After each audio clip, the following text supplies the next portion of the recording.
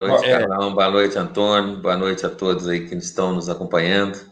a gente atrasou um pouquinho para ajustar aqui as coisas. A gente está cada um na sua casa, né, o professor Dimas na casa dele, Carlão na casa dele, e eu estou aqui em casa, a gente ajeitando a ferramenta para poder fazer essa transmissão ao vivo.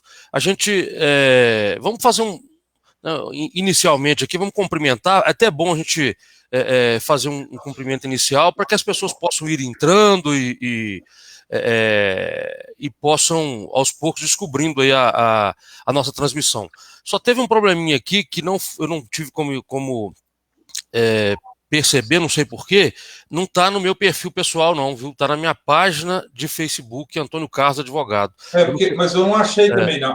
Por mas isso não então tem que eu problema, não. coloco, Vamos né? lá, eu vou ajustar aqui até que vocês dão uma boa noite aí para a gente iniciar nosso bate-papo. Professor Dimas, a bola está com você para dar uma boa noite e iniciar nosso bate-papo. Depois, eu passo para o Carlão primeiro, Carlão, para você dar boa noite, falar dessa ideia das lives, até que eu faça um ajuste aqui para vocês poderem ver no Facebook também. Ok. Boa noite, Antônio Carlos. Boa noite, professor Dimas. Primeiro eu quero dizer que é o seguinte, terceiro dia seguidos, né, que a gente faz aqui uma live, falando sempre de conjuntura, de política e tal. Mas hoje nós temos o prazer de estar com a gente aqui o professor Dimas, né, que é doutor, cientista político, mais do que isso, é amigo nosso e grande companheiro aí, que vai estar nos abrilhantando aí essa live com a sua presença e, mais do que isso, com as suas análises. Então, daqui na próxima hora aí, nós vamos estar batendo um papo sobre o nosso momento, o momento que a gente vive no país, o momento que a gente vive, tanto na política quanto essa questão aí da pandemia, que não deixa de influenciar diretamente em tudo, inclusive na política. Não é isso? Claro. Bom, primeiro, boa noite aí, Antônio. Boa noite, Carlão. Feliz de estar com vocês. Feliz também poder falar aí para os seus que acompanham, né, o seu público, que acompanha aí a sua página, que acompanha as lives com vocês. Muito importante. Momento de reflexão que todos devemos ter, né? Importante dizermos, estamos em casa, né? Cada um de nós está em casa, né? Porque realmente o momento é de ficar em casa. E então, estamos aqui nessa empreitada aí, né, junto com vocês, para buscar um entendimento aí sobre a questão do que estamos vivendo, né? Um momento complexo da nossa vida política, né? Ainda mais que entrou um elemento novo que complicou mais o cenário, que já estava complicado, né? O cenário já estava complicado, porque a economia já estava ainda à bancarrota, o juros já estava elevado, desculpa, o dólar, né, já estava bem elevado, a fuga de capitais da Bolsa muito grande, capital estrangeiro indo embora, a Bolsa também já entrando em colapso, isso antes do coronavírus. Depois veio o corona ainda, e tudo isso ainda complicou ainda mais, né? E parece que complica tudo mais ainda pela a falta de liderança, né? Eu não sei se exatamente uma falta de liderança, ou então um tipo de liderança negativa, né? Um tipo de liderança muito dúbia, que atua contra o próprio governo. Então, isso tudo provoca mais caos, provoca mais insegurança no mercado, provoca insegurança para nós cidadãos também, porque, de repente, como diz, né, nós estamos num barco e descobre que o piloto não está em condições adequadas para pilotar, ou então o avião, né, que o piloto não tem condição de estar ali, então as coisas que complicam um pouco, né? Então, o quadro é complexo e, de fato, é na hora da gente parar para pensar mesmo, né? Então, agradeço o convite aí de estar com vocês aí nessa empreitada. Dimas e Carlão, então agora eu já consegui resolver aqui. Nós estamos já no meu perfil também, Antônio Carlos Betim, que é onde de fato a gente publicou que ia divulgar. Peço desculpa por esse desencontrozinho, mas já ajustando, tá tudo certinho. Tá também no meu perfil, no link que eu acabei de enviar para vocês dois aí. Então, Carlão, professor É Carlão. o mesmo link, Antônio? Tá no seu WhatsApp aí agora, mandei para você e para o Carlão também. Esse link que vai para a página do Facebook, para o perfil. É um prazer, então, professor Dimas. Eu tive a oportunidade de estudar, assim como vários que devem estar assistindo a gente, ter a honra de tê-lo como professor na PUC Betim, na minha formação de advogado, onde passei ali 10 anos, então eu conheci muita gente, né, e tive a experiência de conviver com você, e é para nós uma honra tê-lo aqui para conversar um pouco, e você que tem uma forte atuação, além da sua questão do magistério, né, uma forte atuação na formação do ponto de vista político das pessoas, né? Eu tive a oportunidade de participar de vários cursos de formação política com você, né? Assim como vários amigos que convivem conosco, né? Um ciclo de debates que nós fizemos pela cidade afora, foi um sucesso. Maravilhoso. Né? Maravilhoso, aos manhãs de domingo com 200 pessoas, teve um dia, inclusive no auditório do Fórum de Betim, né? Foi o encerramento com chave de ouro daquela atividade, sem nenhuma camisa de força do ponto de vista partidário, né? Aliás, com críticas muito responsáveis a qualquer partido que fosse, né?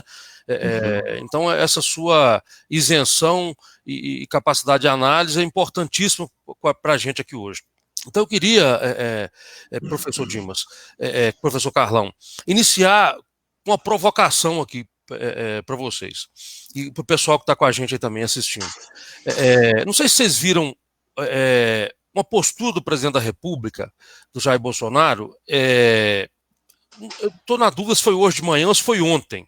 Mas aí, quem puder falar para a gente, se vocês lembrarem aí, e aí aqui eu sei que é um assunto difícil de tratar, porque ele é muito melindroso, né? Mas com todo respeito, e nós vamos fazer aqui com responsabilidade, eu vou propor que a gente faça.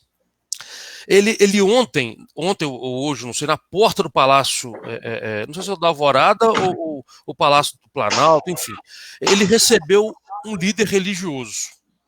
Foi ontem. Ontem, né? E esse líder religioso ajoelhou-se no chão, ou pediu a ele que ajoelhasse no chão, e ali, dentro do palácio, né, num espaço, então, de governo, num espaço constitucionalmente preservado, né, porque nós não somos um Estado ateu, mas nós não somos um Estado também confesso, né? Nós somos um Estado laico. Então, assim, do ponto de vista constitucional, aquele espaço ali é sim a residência do presidente, não do Jair Bolsonaro, né? É do presidente da República. Então, quando o presidente da República recebe um líder religioso ali, que pede para que ele ajoelhe e começa a discutir um tema, como é o tema do coronavírus, né? E começa a tratar disso do ponto de vista...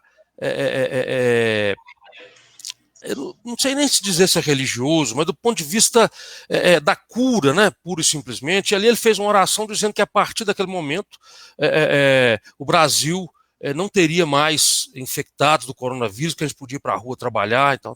Então a seriedade disso, professor, o senhor que tem uma perspectiva histórica muito grande, que tem uma formação muito interessante do ponto de vista, né, da história da política como um todo, eu queria que o senhor falasse um pouquinho para nós da gravidade disso. O que isso pode representar, principalmente para a pessoa mais simples, mais humilde, que de fato leva uma vida cristã e que vê um exemplo desse de um chefe de Estado? Bom, a primeira coisa é o charlatanismo, né? Que o pastor é um charlatão, certo? É um charlatanismo, porque nem Jesus curou em larga escala, tá certo?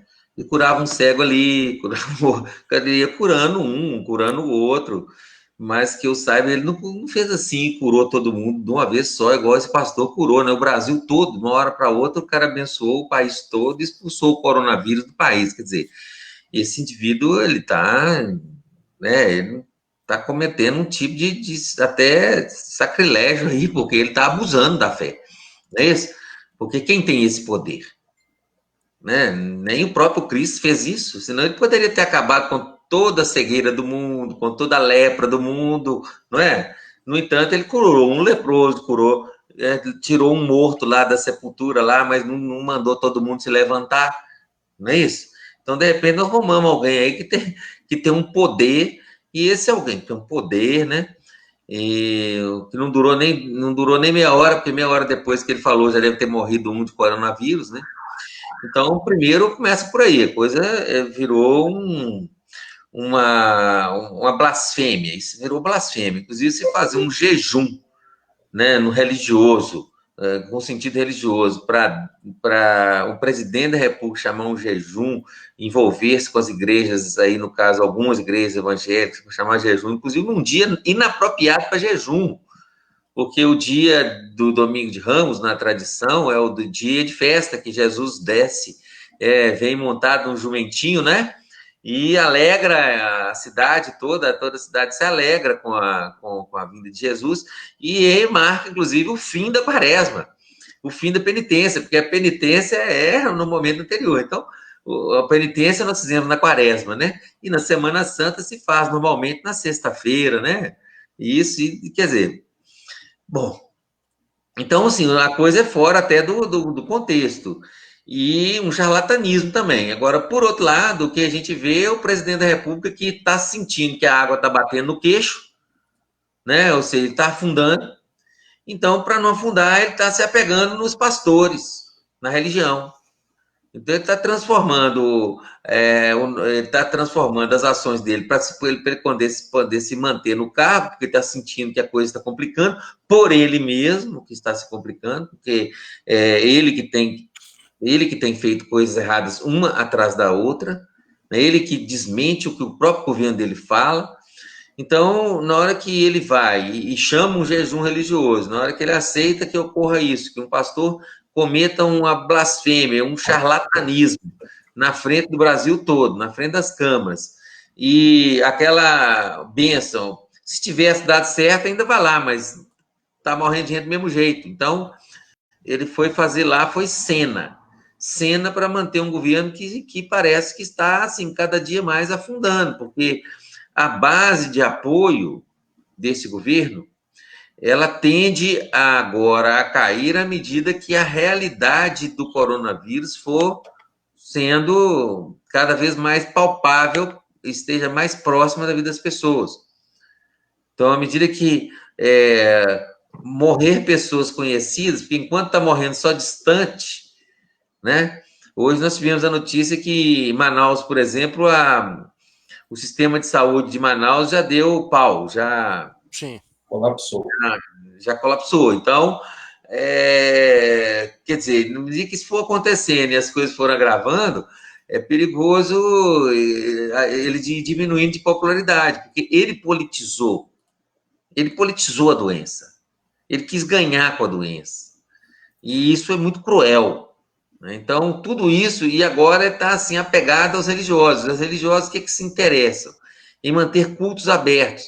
Manter cultos abertos numa hora dessa, se a Universidade Católica parou, se as escolas pararam, se as igrejas católicas, o próprio Papa diz que não é para ter culto aberto. E várias igrejas evangélicas estão paradas. Também tem igrejas evangélicas paradas, mas, né, a pressão é para que abram. Então, assim, está ocorrendo uma irresponsabilidade muito grande, está ocorrendo uma mistura muito grande de religião nessa história toda, não é conveniente. Até a frase que ele copia, né, que ele copia do nazismo, né, que é Brasil acima de tudo, Deus acima de todos. Isso é frase que foi utilizada na Alemanha nazista.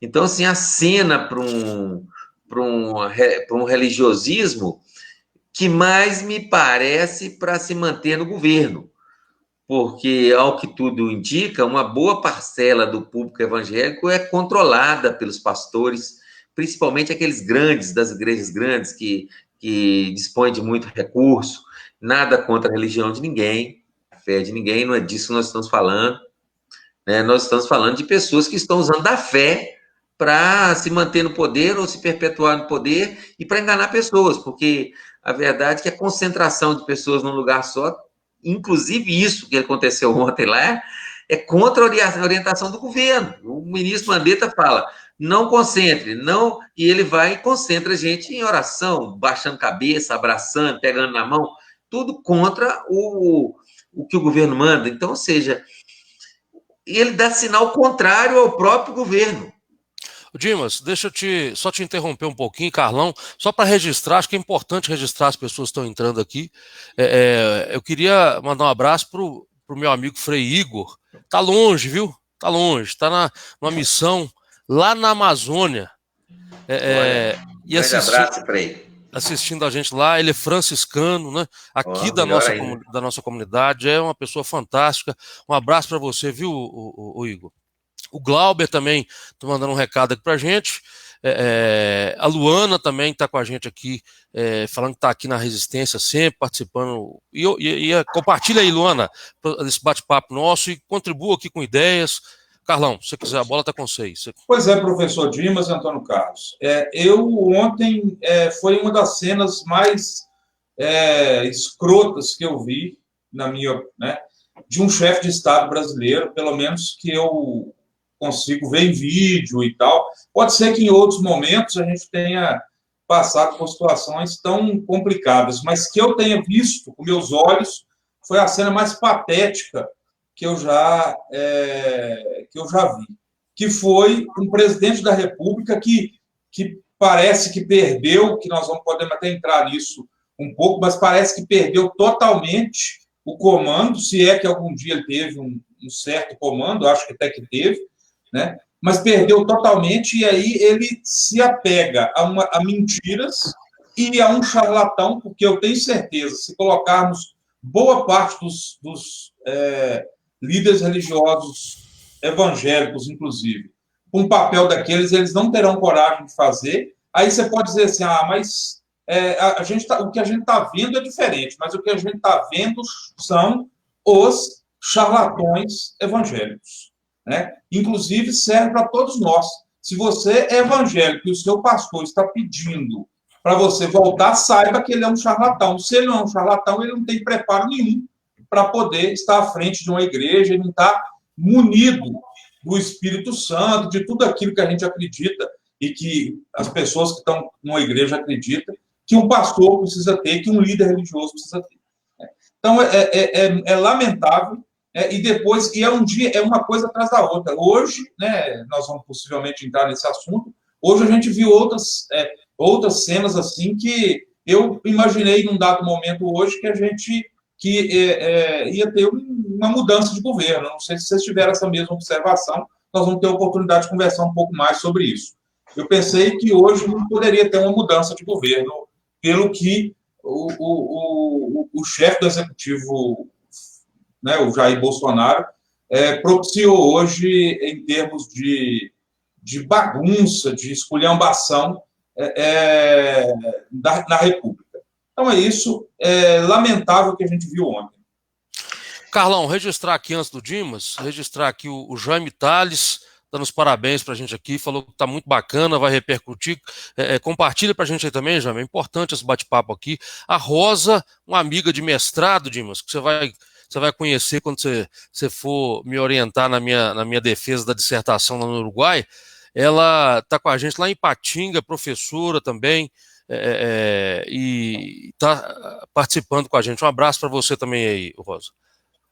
Ô Dimas, então, antes eu queria colocar um outro tema aqui para nós, para o debate.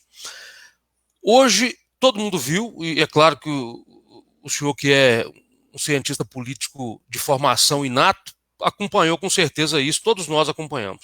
O dia, tudo indicava, quem tem, eu não conseguia ver o tempo todo, mas quando eu olhava eu via, tudo indicava, todas as ações que iam sendo, recebendo publicidade, mostravam que o presidente estava caminhando para comunicar, depois daquela reunião de ministros, depois de suspender a reunião no modelo tradicional, né, aquela reunião diária no modelo tradicional, depois de convidá-lo para a reunião no horário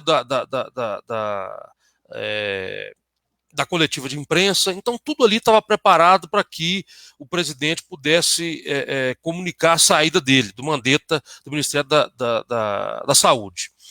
E aí o recado que ele deu ontem, ele sempre faz assim, ele testa, né? Ele tem essa. Ele usa isso, como não sei se é correto do ponto de vista estratégico, mas ele usa. Ele solta para ver reações e em seguida tenta concretizar. E ele não conseguiu.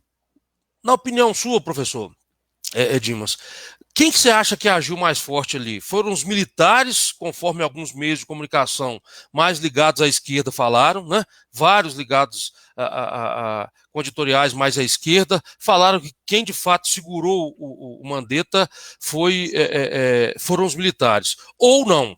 Ou, na sua opinião, foi a Câmara dos Deputados, quando o Rodrigo Maia fala que qualquer ministro que entrar vai ter que respeitar as diretrizes da Organização Mundial de Saúde e que senão o parlamento pode agir. Quem que você acha que pesou mais aí, na sua opinião? Bom, é difícil de fazer uma avaliação desta natureza à medida que a gente não dispõe as fontes as fontes primárias, né? Então eu disponho das mesmas informações que você tem de mídia. Mas a sua capacidade de análise ela é muito mais ampliada, né, professor? Não, sim, mas assim, é porque a fonte é a mesma, né? A gente tem a mesma fonte. Então, talvez os dois processos, não é isso? Talvez os dois processos, porque ao que tudo indica, assim, que a gente está lendo, está acompanhando, ao que tudo indica, a cúpula militar também está entendendo a necessidade do isolamento. Eu li algumas coisas a respeito, parece que a cúpula militar está entendendo a necessidade do isolamento.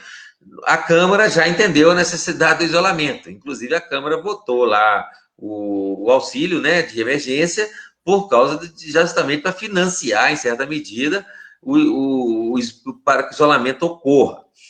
Então, eu acho que a pressão ocorreu para todo lado. E outra coisa, na hora que cismou que isso aconteceu, houve também panelaços por todo o país. Houve repercussão nos bairros onde ele foi bem votado, inclusive, que as pessoas estão dando panela, por bater na panela no horário dessas confusões durante o dia, do põe Mandetta, tira Mandetta, né? Essa história toda. Bom, o Bolsonaro, então, ele é um dúbio. Ele é dúbio, ele não tem pulso. Ele não sabe o que ele está fazendo ali. Assim, cada dia mais me parece alguém que ele tem convicção de que o melhor não é o isolamento, que é o tal do isolamento vertical. O isolamento vertical já se demonstrou falho aí, né? Mas vamos lá, ele tem isso. O Mandetta está apostando no isolamento horizontal, como todos os outros estão, como o mundo está apostando no isolamento horizontal.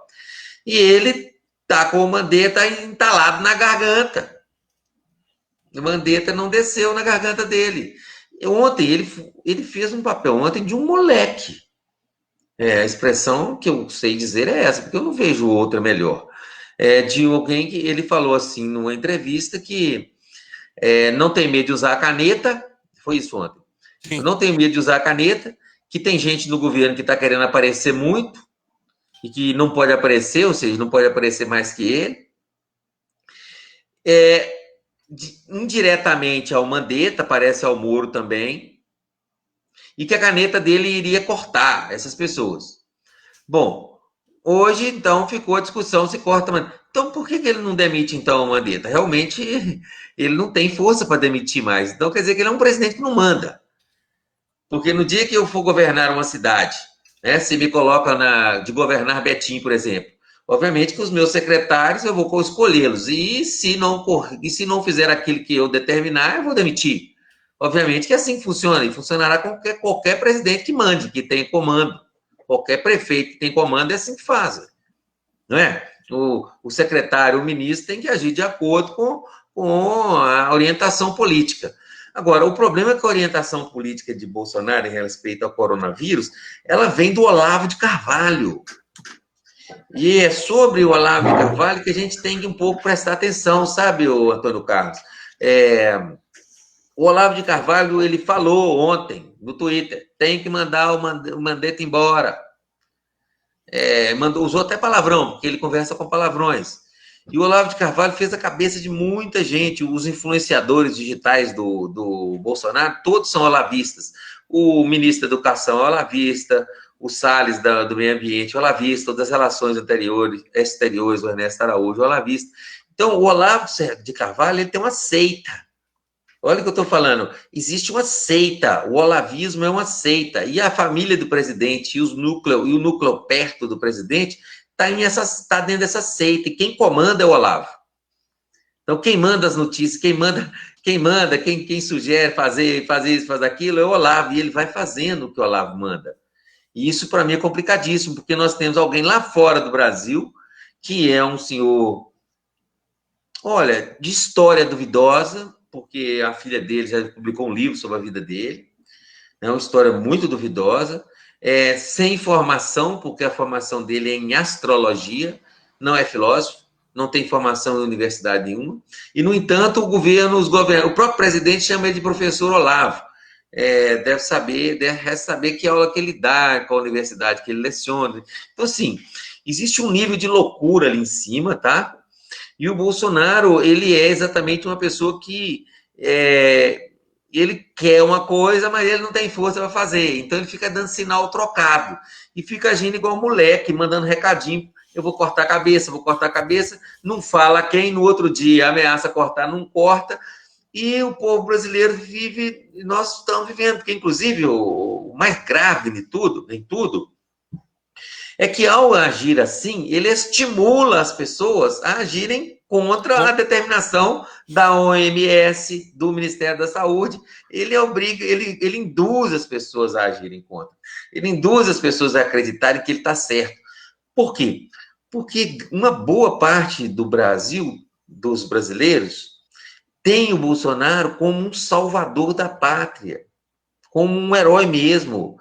A palavra mito está bem colocada, tá? Porque eles têm ele como um salvador. Então, se ele é o salvador, presta atenção no que eu vou dizer. Quem é o salvador? O salvador é quem sabe o que vai acontecer, não é isso? E se ele sabe o que vai acontecer, ele sabe o caminho certo a seguir. Então, se eu tenho na mente que ele é o salvador, que ele está ali, que ele é um líder capaz de nos guiar, eles pensam que o cara tem capacidade de guiar mesmo o país. Quando você ouvir as páginas bolsonaristas, eles colocam que o Brasil está bombando no mundo. É como se... Ô, Dimas, vou te interromper só um pouquinho. Sim, fica à vontade, Antônio. Para poder fazer alguns registros e chamar o professor Júlio, que nós anunciamos que estaria conosco aqui, que estava numa outra missão. Vamos ter que ajustar aqui as imagens, já vou subir o Júlio aqui, para a gente ver como é que a gente vai ficar e a gente se ajustar melhor aí. Ah, ficou perfeito. O que é isso? Ficou bom demais. E aí, Júlio, você tá bom? Bem-vindo, Júlio. Boa noite. Bom, Deus. Tudo bem, estamos na luta aí. Carlão, Antônio, beleza. Boa noite. Estava na igreja. Deixa eu testar uma outra possibilidade aqui. Assim fica melhor, se a gente conseguisse ficar assim, viu, Júlio?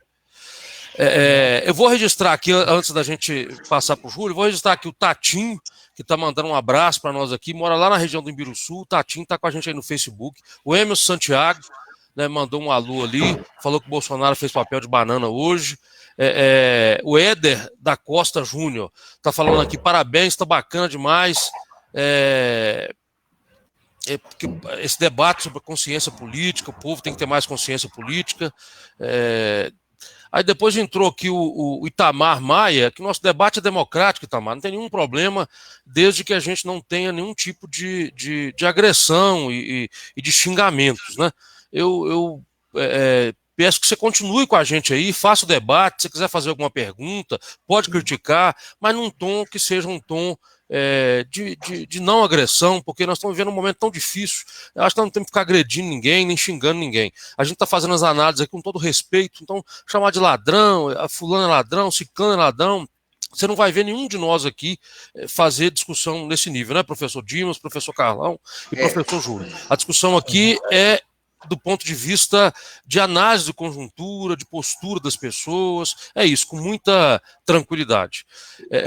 Por falar em postura, é nítido uma uma postura que a gente tem cada vez mais acontecendo nas pessoas que defendem o Bolsonaro, que, na minha opinião, professor Dimas e Júlio e Antônio Carlos, ela tem diminuído. Eu conheço várias pessoas que eram bolsonaristas, que votaram, que tinha convicção e que mudou de ideia. As pesquisas mostram, mas a gente vê também, né? A pesquisa científica mostra. Mas os que ainda se mantêm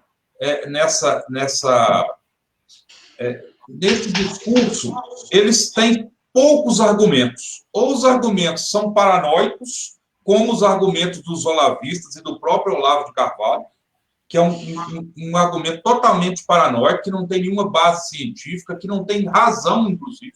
Né?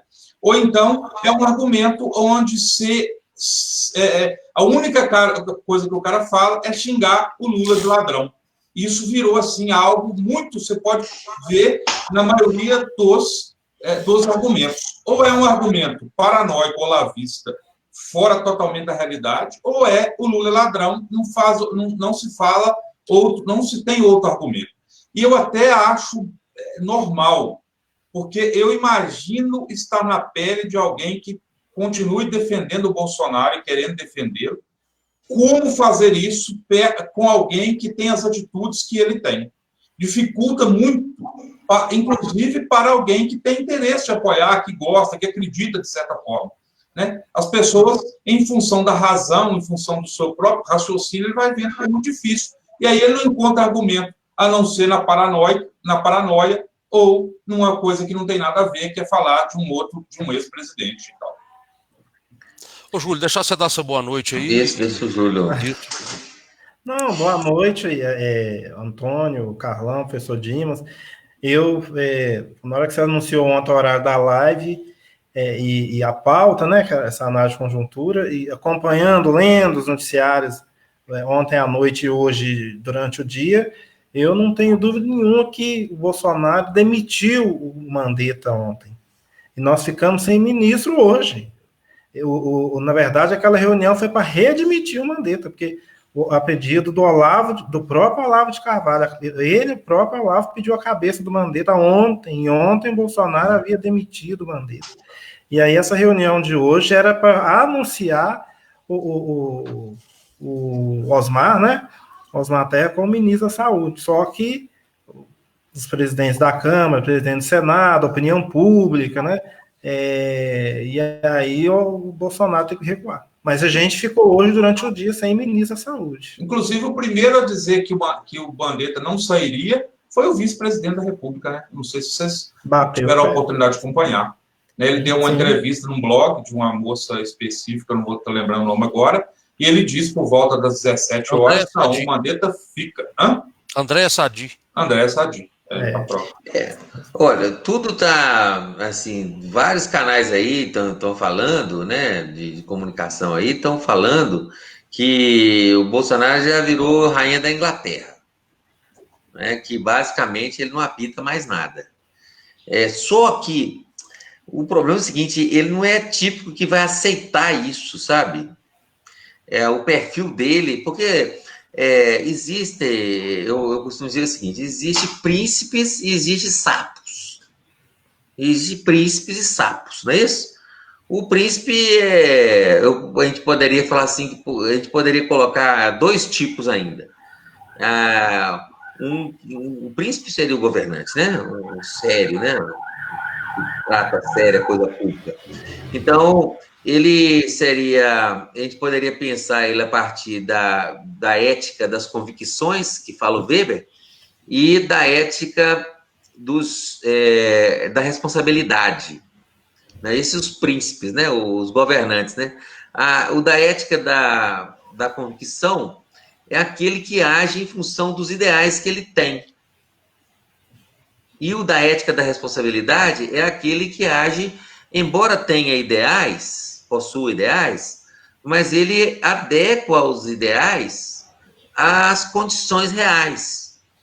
Então, ele tem grandes ideais, tá? Mas ele adequa às realidades, à condição. Então, ao invés de dar o pulo lá na frente, ele age pautado numa realidade, em estudos, até chegar onde quer. Isso vamos chamar a ética da responsabilidade. Então, existem os governantes que vão pela ética da responsabilidade. Existem outros que vão pela ética das convicções. Ou seja, eles colocam as crenças dele na frente. Tá certo? E não costumam medir muito, não.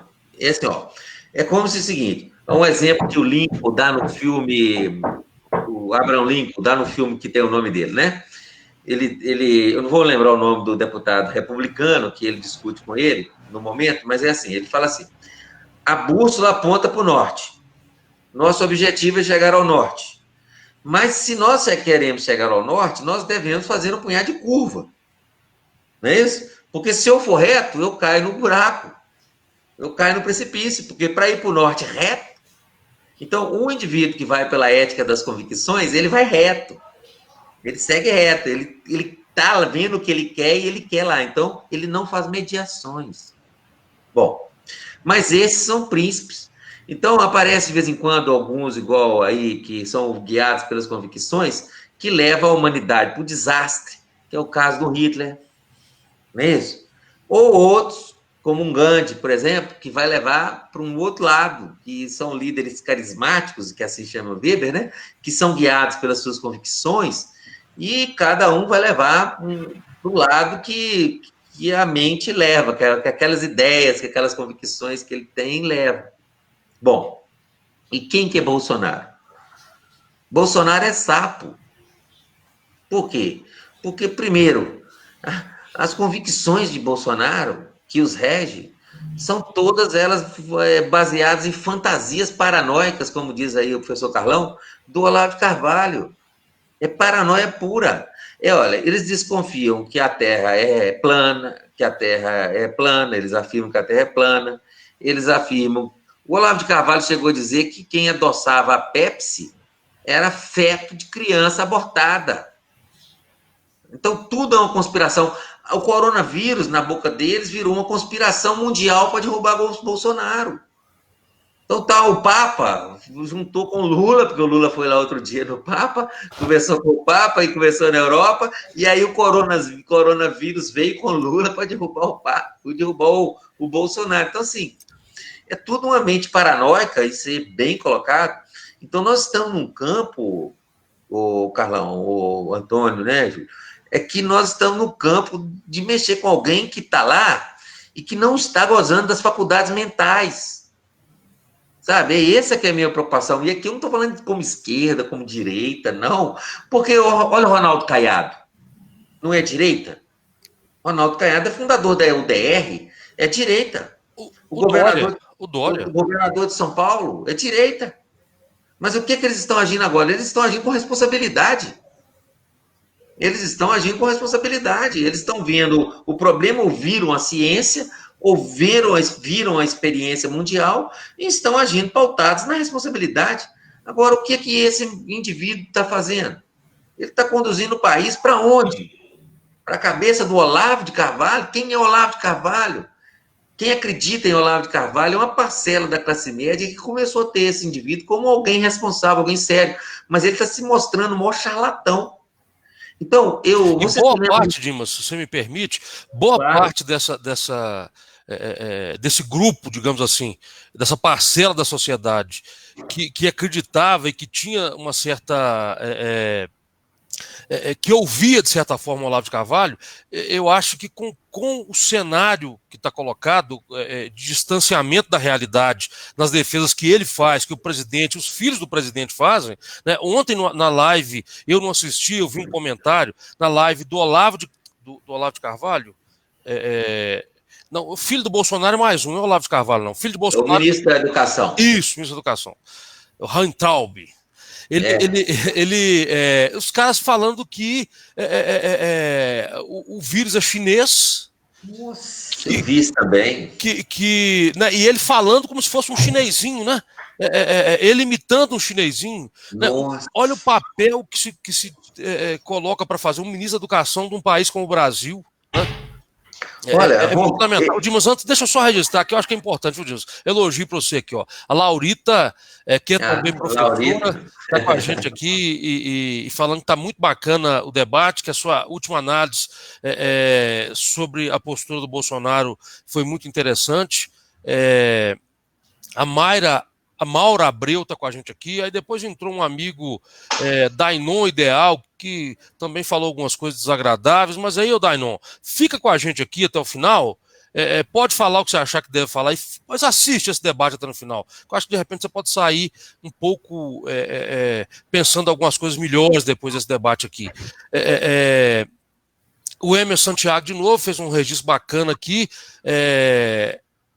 A Yara, que é uma liderança importante, viu, do Centro de Saúde aqui de Betim, da rede, a Yara Diniz, da rede de saúde de Betim, do sindicato, né, sindicalista, lutadora pela saúde, está com a gente também aqui. A Juliana e a Claudete fez um elogio também ao nosso debate. E, por último aqui, a Dulcineia, que fez também uma participação aqui na nossa live. Então eu vou registrando aos poucos as pessoas que estão participando com a gente e agradecendo por estar com a gente aí. Pode escrever aqui que a gente vai aos poucos, vai interrompendo, vai conduzindo aqui para falar, né, para todo mundo poder falar.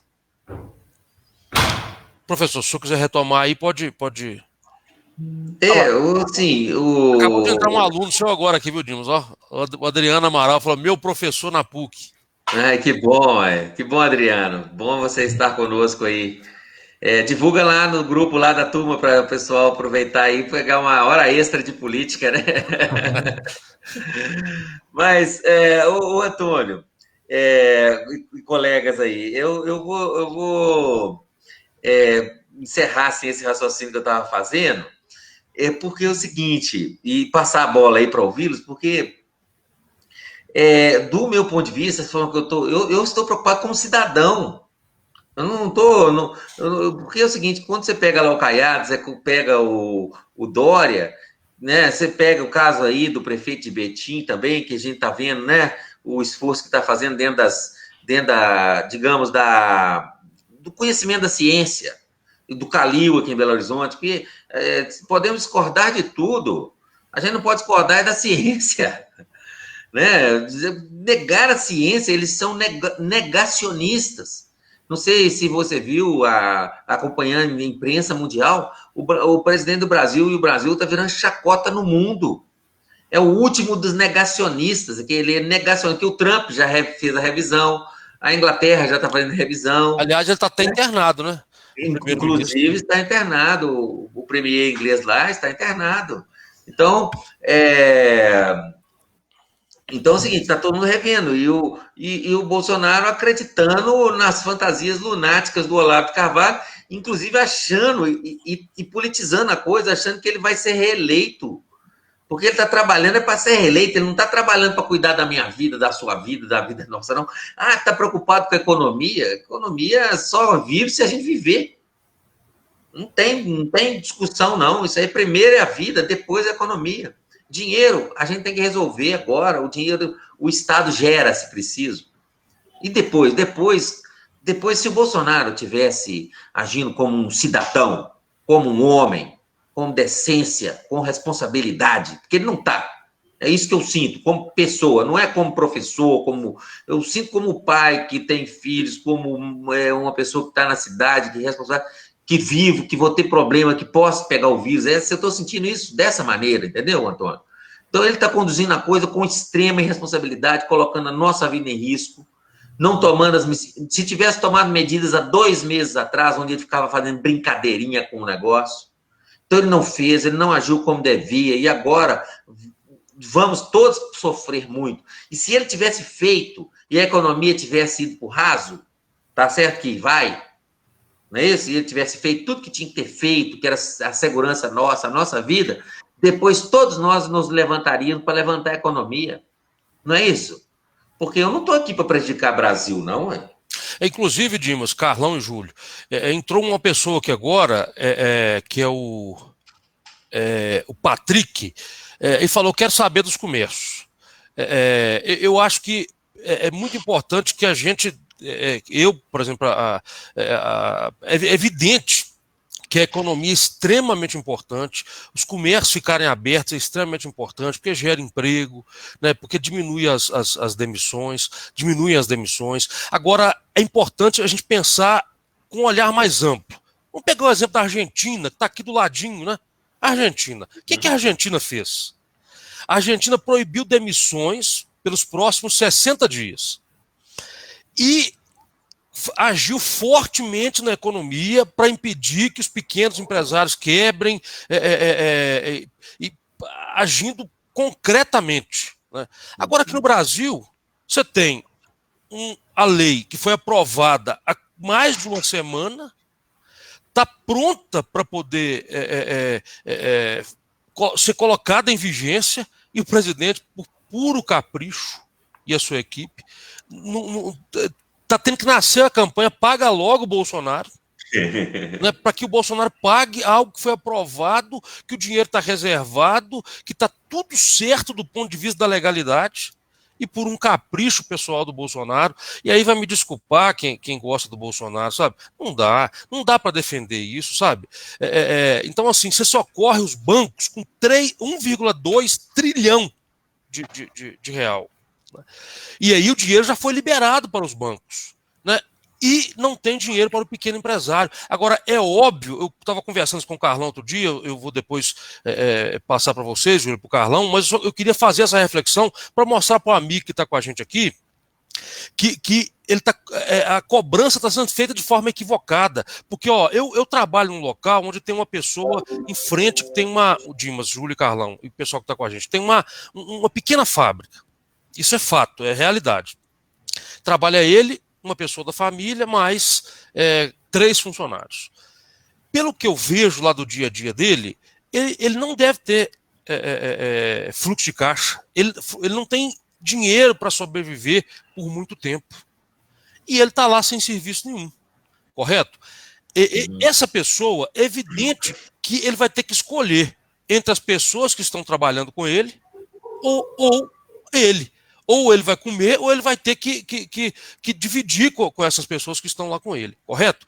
Então, assim, o que o governo tinha que fazer de forma rápida? Tinha que colocar dinheiro para esses pequenos empreendimentos, pequenos comerciantes, pequenas fábricas terem fluxo de caixa, ter capital para sobreviver 2, 3 meses mantendo os seus funcionários. Mas não é para emprestar a juro, né? Não é para emprestar para pagar depois, tinha que ser um aporte de recursos que fosse para esses pequenos e médios empresários, né? Para poder fazer com que esses trabalhadores ficassem no trabalho. Porque se não houver uma forma de segurar o trabalho, já que não tem uma lei como na Argentina, que proíbe a demissão, ainda que tenha aquela compensação que o governo quer fazer, mas não tem nada que impede a empresa de demitir. Né? Tinha que impedir a empresa de demitir e, ao mesmo tempo, colocar dinheiro para que essa empresa pudesse ter um fluxo de caixa para ela poder sobreviver, né? Mas isso, pelo cenário que está colocado aí, é um sonho para nós, né? A gente vê acontecendo na Argentina, vê acontecendo, inclusive no Uruguai, que deixou de ser esquerda agora, né? E virou direita, inclusive com o Lacalle-Pou, que ganhou lá, é direita. Eu conheço um pouco de lá e sei, e as posturas do Lacalle-Pou estão anos-luz distantes da postura do Bolsonaro aqui no Brasil. Desculpa aí que eu falei muito, ô Júlio, você que falou menos, se você quiser dar uma contribuição para a gente aí. Não, dentro disso aí que você falou, Antônio, eu estava olhando o valor econômico, né? O Brasil tem 300, eu tenho os números aqui, 390 bilhões de dólares de reservas internacionais. Se multiplicar hoje o dólar está quanto? R$5, né? Mais de 1 trilhão e quase 1 trilhão e 200 milhões de reservas, só de reservas internacionais. 5,29, Júlio. Pois mais de 1 trilhão e 200 milhões, então, de reservas internacionais. O Brasil hoje, né, tá gastando 2,6% do PIB com o coronavírus, com as medidas de prevenção. E isso aí eu estou colocando tudo, é isso que você falou, para o microempresário, para os bancos, para a questão da transferência de renda, os R$600, né, 2,6%. Se você juntar a Europa toda está gastando 17% do PIB. Se você juntar os países europeus, está dando 17%. Então, assim, nós estamos muito, mas muito aquém. Muito aquém. 2,6% do PIB não faz nem cosquinha nas nossas reservas, no nosso dinheiro, né? Que dinheiro é nosso, o dinheiro não é do Bolsonaro. O dinheiro é nosso, é fruto dos nossos impostos, nós pagamos caro, nós pagamos imposto de renda caro, né? O Dimas deve sofrer igual eu e Carlão também. O Antônio também, a gente declara e paga muito. Todo brasileiro. E nos insumos, e nos alimentos, e nos serviços. Então, assim, gastar 2% do PIB, e gastar não, prometer gastar, né? Igual o dinheiro não chega, o aplicativo por R$600 nunca chega. Então, assim, falando das medidas de combate ao Covid-19, nós, financeiramente, nós estamos muito atrás, muito aquém. Então, assim, eu acho que o governo Bolsonaro ele tem a chance de mostrar que veio. E tem a chance.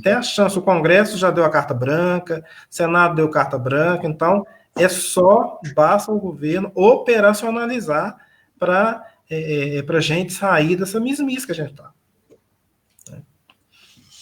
Mandar um abraço aqui para o Wallace Roberto, que está com a gente. A Yara fez um outro comentário interessante. O Bruno, Carlão, mandando um abraço aí para você. O agradeço, Bruno. Um abraço. E o Adriano Amaral falando que está com saudade das aulas presenciais aí, viu, Dimas? Falou que quer voltar logo. Mas, o Adriano, fica em casa melhor. Só. Fica em casa, melhor. Não tá brincadeira, não. O Carlão... Aqui a gente pode até espirrar, não pega nada. Não tem problema. Eu queria o seguinte, eu acho que a gente cobra muito. O Dimas falou um negócio ali que bateu certinho o que eu penso. A gente está vivendo um momento agora que a gente talvez nunca viveu. Eu já vi algumas pessoas dizendo que esse fato do coronavírus, da Covid-19, pode fazer mudanças, trazer mudanças importantes para a sociedade como um todo, para o mundo inteiro. E uma delas é o seguinte: eu sou uma pessoa que sempre participei da política, quem me conhece sabe, eu nunca tive uma esperança assim, muito grande, mesmo, né, sonhando em ter um presidente de esquerda, igual a gente já sonhou e teve e tal. Eu nunca achei que eu ia falar assim, nossa, quanto eu gostaria de ter um político, e o presidente é esse maior político representado, né, representa esse maior, que pudesse ser como meu pai, assim, que cuidasse de mim. E é isso que o Dimas falou, a gente precisa de alguém que cuidasse da gente nesse momento, os brasileiros como um todo. E aí a gente não está tendo, mas por outro lado, eu queria levar essa discussão, esse momento meu aqui, para uma análise que é a seguinte: também é o momento da gente fazer a nossa parte, né? Eu acho que nós precisamos, todos nós, conseguimos ajudar alguém, e isso é um papel que a gente pode fazer também, né? E isso não isenta o governo da sua responsabilidade.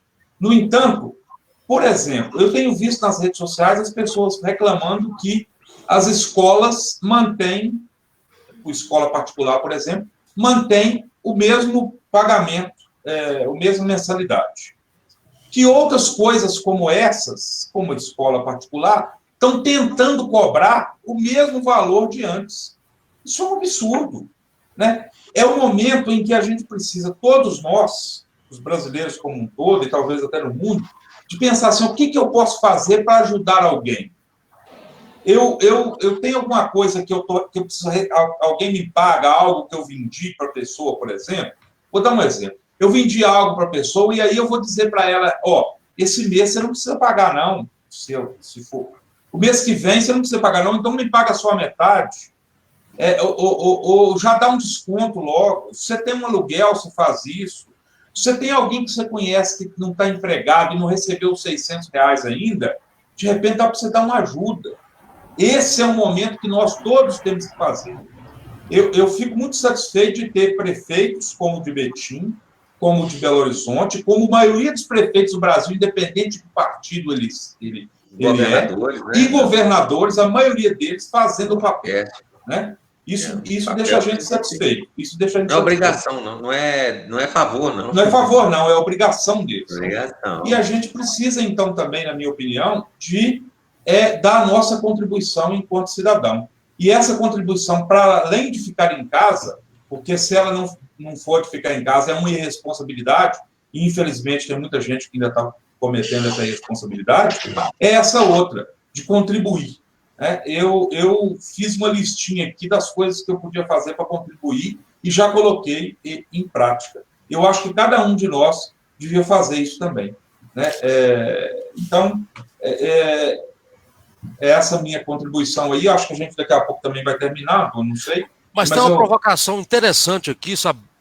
Provocação não, uma pergunta que eu recebi ela com uma provocação positiva da Laurita, que eu queria compartilhar e queria passar essa bola, porque eu acho que o mais indicado aqui é o professor Dimas para poder ajudar a gente nessa reflexão. Ela fala aqui o seguinte, professor Dimas: qual que seria o caminho para dialogar com esse eleitor do Bolsonaro? Qual que era o caminho? Porque é fato, vocês vão concordar comigo também, que é muito difícil mesmo. Nós estamos aqui fazendo um debate tranquilo, a pessoa entra ali e xinga, não xingou a gente aqui, nenhum de nós, mas xingou as pessoas como se estivesse atingindo a gente. Eu não tenho procuração para defender ninguém, então... Mas enfim, mas é aquela lógica que o Carlão falou. É uma coisa ou é outra. Você justifica o erro do Bolsonaro com mas o PT é isso, mas o Lula é ladrão, mas não sei o quê. Então, assim, como dialogar com esse? Porque, de fato, quando a pessoa faz isso, a gente fica um pouco chateado na hora, mexe um pouco com os nervos da gente, né? Como reagir a isso e como dialogar, Dimas, com esse eleitor? Qual que seria o caminho?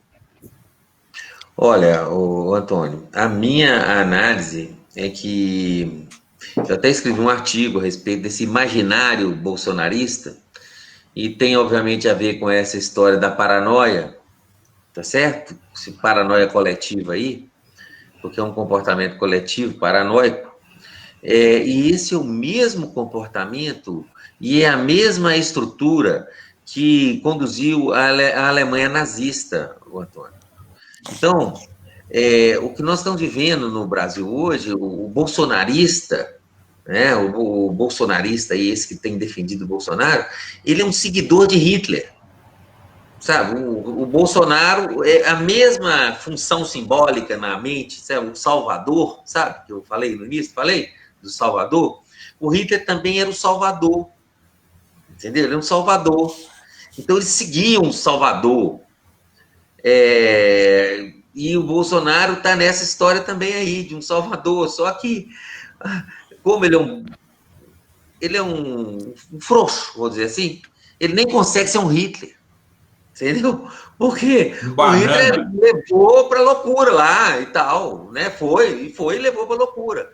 Então, ele nem consegue isso, porque ele não consegue ter a liderança. Ele tem um grupo que adora ele como um herói, como um mito, como um salvador, e esse grupo, ele vai conduzindo esse grupo assim, ó, né? Falou mal dele, todo mundo defende dessa maneira, o Lula, né? Defende atacando o Lula, toda hora é o Lula, quer dizer, alguém colocou no Facebook assim, uma máquina fotográfica que só, a máquina fotográfica, o teclado do bolsonarista, só tem o P e o T, só falar PT, então assim, é um povo realmente muito despreparado para a vida política, muito despreparado para o debate político, porque nós sabemos que nós discutimos política entre adversários, e eles tratam a política como inimigo.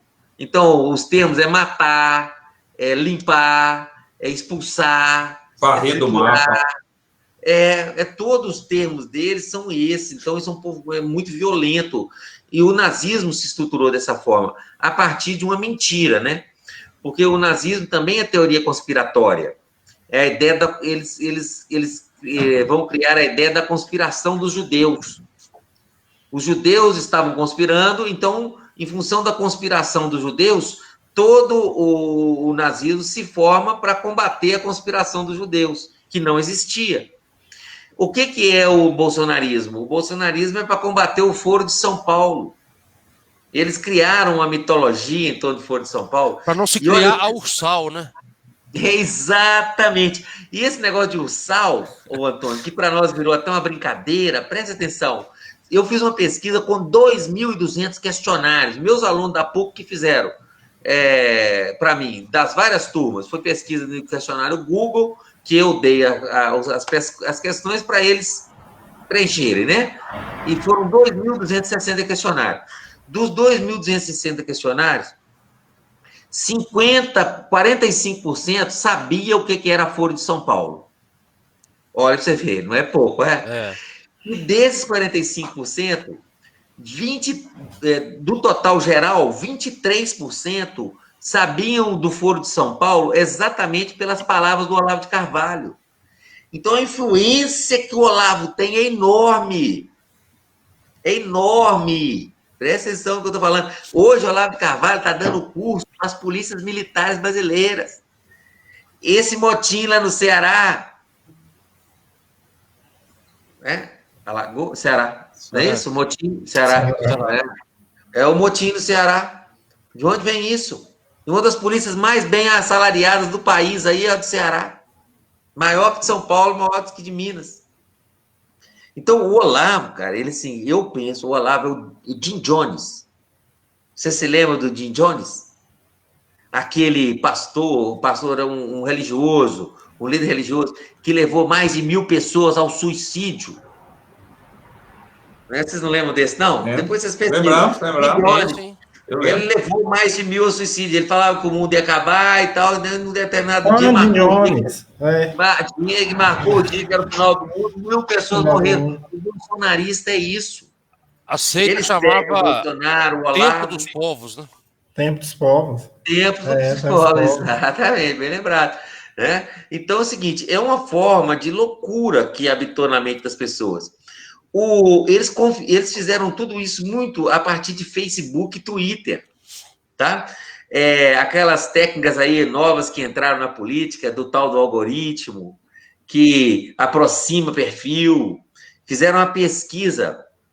Basicamente, o Bolsonaro ele faz um papel do homem médio, do cidadão médio, que pensa como eu, sabe? O presidente pensa igual eu penso. Então, ele apresenta soluções simples para problemas complexos. E o indivíduo médio, que não consegue fazer uma reflexão mais aprofundada, para ele está ótimo. Porque para ele é o seguinte, discutir a tomada de 3 pinos é mais importante do que discutir bolsa para doutor combater o coronavírus, por exemplo, né? E se satisfaz com mentira, por exemplo, o óleo nas costas do Nordeste. Quem julgou? Venezuela. Né? Os comunistas estão pondo o coronavírus, que é um plano comunista. Olha, isso vai destruir a nossa economia, isso. Porque a China já parou de comprar soja. Você viu? Sim. Hoje a China anunciou, não compra mais soja do Brasil. Vai comprar dos States, dos americanos, dos estadunidenses. A China não comprando soja, a nossa economia rural, né? A produção agrícola do país se empaca toda. O Bolsonaro vai ter que fazer igual a época do café, ele vai ter que comprar soja e queimar para não quebrar Embora eu acho que a China não deve fazer isso. Mas... Como comunicar com o bolsonarista? Primeiro, paciência. Não dá para queimar com eles, a gente tem que ter paciência. Eles mandam a gente para aquele lugar, a gente ri. Acabou de mandar aqui agora. Ri na cara deles. Tá bom. Continua com a gente aí, né? Você é mais inteligente que eu, que todos nós. O seu líder é realmente o sábio dos sábios, né? A gente vai falar assim com essas pessoas, não vai adiantar muito. Elas não vão ouvir. Agora, na hora que der água, é igual na Alemanha nazista. O problema desse tipo de mitologia política é porque na hora que isso vai levando, e só na hora que o trem vira um absurdo muito grande é que se acorda. Entendeu? Então, tá prestes aí, o corona, se as previsões de morte forem igual são, e com todo o isolamento que já estamos fazendo, o estrago que esse bolsonarismo vai fazer na vida das pessoas, na saúde das pessoas, na economia brasileira, porque o Bolsonaro testa as teses olavistas em nós, e o Guedes testa as teses liberais sobre nós. É outro. Nós não somos cobaia do Paulo Guedes e cobaia do Bolsonaro, que segue a instrução de Olavo. Olha, eu falo como cidadão. O bolsonarista pode falar o que quiser, pode me mandar o que ele quiser, mas ele é que tem que prestar atenção. É ele que tem que acordar. Ô, Dimas, mas só uma pergunta, até para você me ajudar. Porque eu vejo o Grupo Globo tem adotado uma postura de combater o bolsonarismo com desmoralização. Não sei se você concorda com isso. Desmoraliza, acho que o Grupo Globo, desmoralizando a figura do Bolsonaro, a figura mesmo pessoal dele, da família dele, filhos alguns dele, ministros próximos, né? Alguns ministros, né? Então, assim, eu tenho percebido que a desmoralização é a tática que a Globo adotou para ela. Você acha que funciona? Olha, o Bolsonaro, ele criou aquele que a gente chama de mecanismos de defesa na mente das pessoas. Então, o bolsonarista, ele tende a ouvir o Bolsonaro. O que vem da mídia, ele não ouve. Então, ele não ouve a Globo, porque a Globo não é de confiança. Se alguém amanhã, que era do lado deles, falar mal do Bolsonaro, aquele pessoa vira comunista no outro dia, você já notou? Eles chamam a Globo de comunista. Eles são tão loucos que eles chamam a Globo de comunista. Como que a Globo é comunista? O ministro da Educação fala que os maiores empresários, os ricos do Brasil, são todos comunistas. De onde ele tira isso? Isso é tudo loucura. Então, são mentes doentes. Entenda, nós estamos vivendo com mentes adoecidas na presidência, uma mente adoecida, uma família adoecida, todos contaminados por essa questão de conspiração contra eles, como se todo mundo estivesse conspirando contra eles. Se o Bolsonaro estivesse fazendo o que precisa de fazer, cuidando do governo do Brasil, cuidando dos mais pobres, que é o que precisa de fazer, cuidando das pessoas, se ele estivesse fazendo isso, quem estaria criticando? Por que eu estaria aqui essa hora da noite perdendo, né, o meu sono precioso para poder conversar sobre alguém que estaria fazendo a coisa certa? Estaria, não? Eu estou aqui, eu vou bater minha cabeça no travesseiro daqui a pouco e estou morrendo de medo de dormir e acordar com essa porcaria dessa doença aí, ou então alguém conhecido acordar, um irmão que está longe. Eu estou com medo. Por quê? Por que eu estou com medo? Porque não me dão segurança. Quem não me dá segurança é o próprio presidente, que é um militar bunda suja. É assim que chamavam ele quando ele era milico. A verdade é essa, ele foi expulso do exército porque ele queria explodir cartel. Como alguém que queria explodir cartel, gente, pode comandar um país? Eu não sei como que está a cabeça dos generais brasileiros, para falar a verdade, de aceitar uma coisa dessa. Será que o nosso exército todo está louco? Que nossas forças armadas todas estão loucas? Eu não estou conclamando força armada, não. Eu estou perguntando se eles não estão loucos também. Porque o general Heleno falou também há pouco tempo atrás aí no YouTube, ou uma coisa dele, que a Terra é plana. Como é que o general fala que a Terra é plana, rapaz? Se a gente entrar em guerra, como é que vai ser? Se eu entrar em guerra, como é que vai ser? Se tiver que correr para trás, vão cair. Então, nós estamos na mão de gente louca. E não é loucura isso? Agora, não é a loucura do louco, esse um doente mental comum. Assim, esse que a gente tem dó desse, que a gente cuida. Que é doente de verdade. Não é nesse sentido. Pessoas perigosas. Sabe? Pessoas perigosas, com a caneta na mão. Tanto que falam em matar toda hora, né? Estão destruindo a economia brasileira, estão privatizando tudo, estão entregando nossa reserva, estão conclamando, e o governo está incentivando a invadir as terras indígenas, a matar indígenas, as lideranças indígenas estão morrendo, os territórios quilombolas estão sendo ocupados por mineradoras. O projeto, pensa bem, vender a Embraer. A Embraer produzia avião, tecnologia de ponta. Agora vende a Embraer. E vai o quê? Vai investir em indústria de mineração. Isso é um mau atraso. Isso é um erro estratégico tremendo. Você destrói a Petrobras para poder fuçar minério na terra indígena. Agora, Dimas, garimpeiro ainda. Não dá para discutir isso, infelizmente, com algumas pessoas que, de fato, não querem, às vezes, entrar nesse debate mais profundo. E quem entende ele quem entende esse debate na minha avaliação, que não é que entende, é quem quer fazer esse debate na minha avaliação, quer aprofundar, de qualquer coisa a gente tem capacidade de entender. Basta debruçar né, e entender, e ler, querer ouvir, e procurar. Porque eles estão blecados, eles começam a ouvir a imprensa é mentirosa, o professor está falando mentira, o professor que está lá, ele é um mentiroso. Era uma boa oportunidade, às vezes, para quem está ouvindo a gente, assistindo e não concordasse, que pudesse fazer, aproveitar essa quarentena e aprofundar um pouquinho sobre essas coisas que nós estamos discutindo aqui. Né? Porque isso que você falou aí agora é o exemplo, é o retrato do governo. Você vende a Embraer, que faz tecnologia de ponta, que desenvolveu aviões, por exemplo, um avião brasileiro desenvolvido pela Embraer, que foi comprado, salvo engano, pela Força Aérea Russa ou Francesa, um avião de carga, que é o maior do mundo, desenvolvido pelo Brasil e pela Embraer, né, tecnologia brasileira, e aí você vende essa tecnologia para começar a extrair minério em terras indígenas.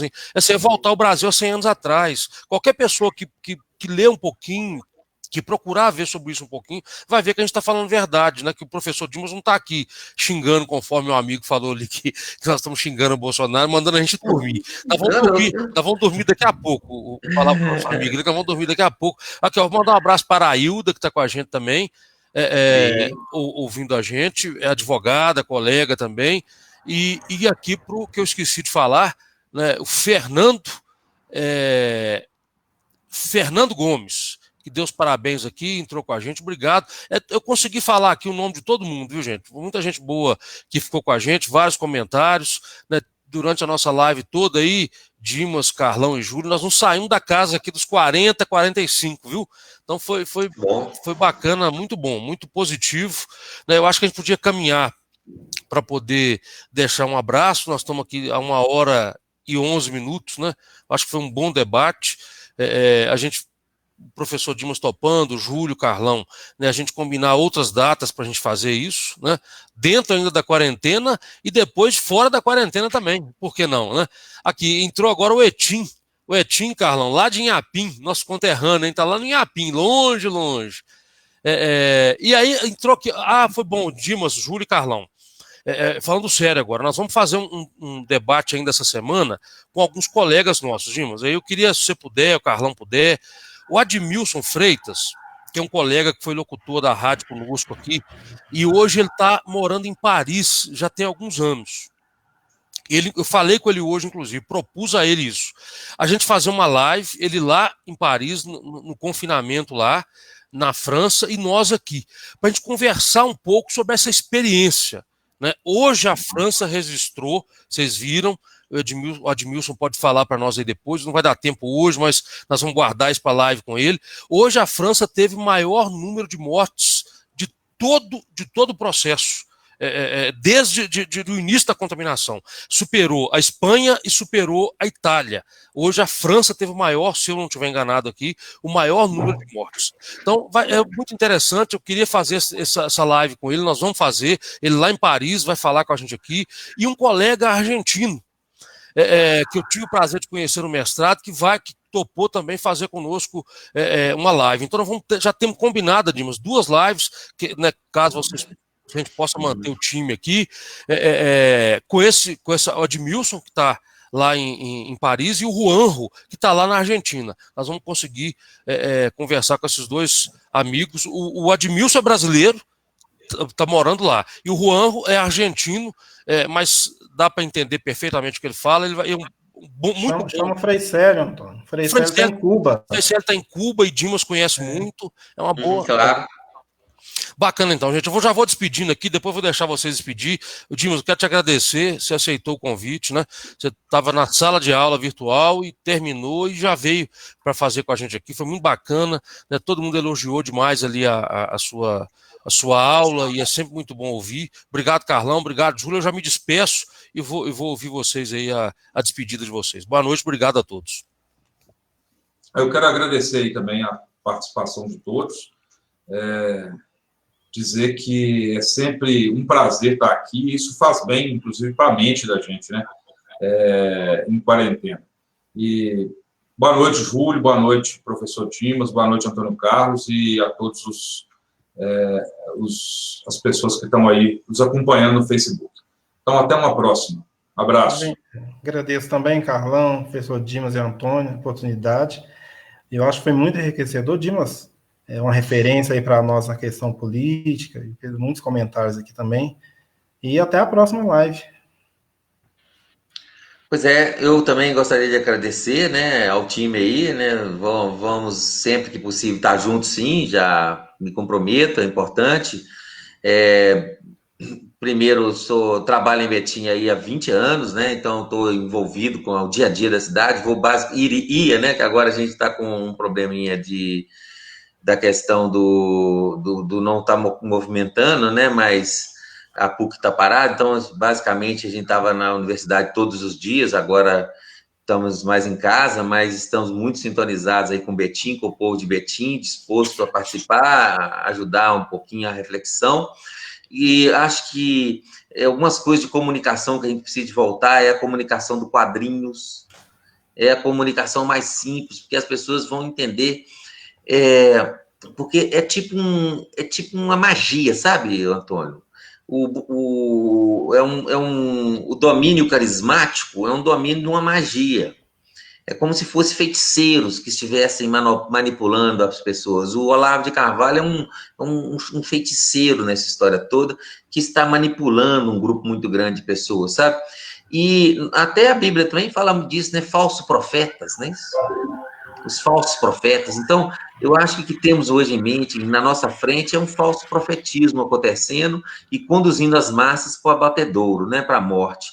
Então, fico muito preocupado, amo meu país, né? Quero o melhor, e pode ser de direita, mas não pode ser burro, certo? Pode ser de direita, o Caiado é de direita, mas ninguém precisa de ser burro, colocar em risco a própria vida, não, é por causa de Bolsonaro. O Mandetta é de direita, né? O Mandetta é de direita, não tá lá?